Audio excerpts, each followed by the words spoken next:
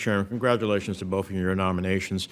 In my other role as the Chairman of the Senate Foreign Relations Committee, the question of sanctions is one of the critical tools that we use in our foreign policy in order to get countries who are violating the international order to observe it or to get in line with it, or to create consequences for those who are unwilling to get in line with it. And it is one of the few peaceful diplomacy tools that we have. Other countries like Russia use their military to engage in their foreign policy advocacy. We do not do that as a democracy. So your two positions are incredibly important, and I have to be honest with you, with me personally, how you respond is going to be critical to my support for your nominations, because this is one of the critical areas that I think is important and I think is lacking. So I give you that as a framework warning, and I will have more questions than this 5 minutes allows me to, so I'll submit some of them for the record. I'd ask you to be significant in your answers.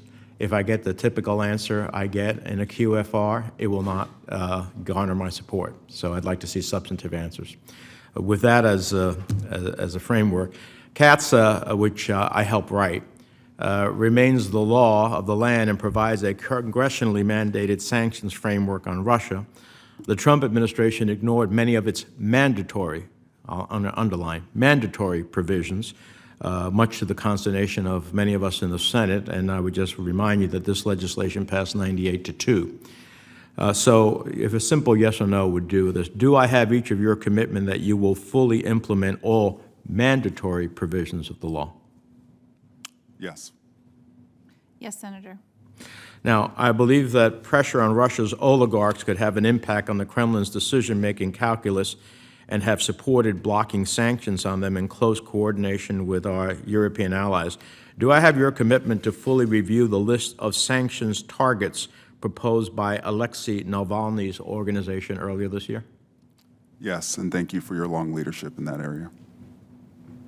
Yes, Senator, and I would welcome the opportunity, if confirmed, to look broadly at potential sanctions targets, individuals, entities that may be eligible for such designation. Now, the Trump administration negotiated a memorandum of understanding that eased sanctions on Russian oligarch Oleg Deripaska. I was opposed to the easing of those sanctions, but it's critically important that all terms of this agreement be fully met by Deripaska. So again, yes or no, if he does not abide by its terms, would you support the reimposition of sanctions on him? If confirmed, yes, I'll look at that, and to your point, yes, if he's not abiding by the terms. Yes, Senator, I will certainly look into this and consider any available and appropriate measures to address the threats that he has. Okay, I appreciate you both looking into it. My specific question is the reimposition of sanctions if he does not meet the terms. Here's our problem, and I want to echo what the ranking member said. China is, I can tell you, you may not know, or you may know, but figured you can not have to deal with it until you get confirmed. China is fully violating our sanctions, over $1 billion. So when we send a global message that it's okay to go ahead and violate U.S. sanctions, then every other country will. And so we neuter the one foreign policy tool that we have of peaceful diplomacy. It's not acceptable, not to mention that it violates congressional will specifically. It's not a shall, it's not a may, it's a shall. So there's a reason we put shall.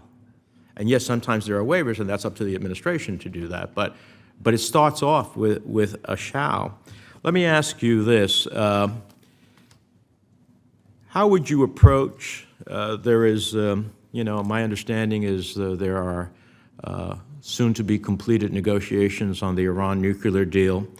If the United States reaches an agreement with Iran and its nuclear program, how would you approach the sanctions on the central bank of Iran that the Trump administration imposed?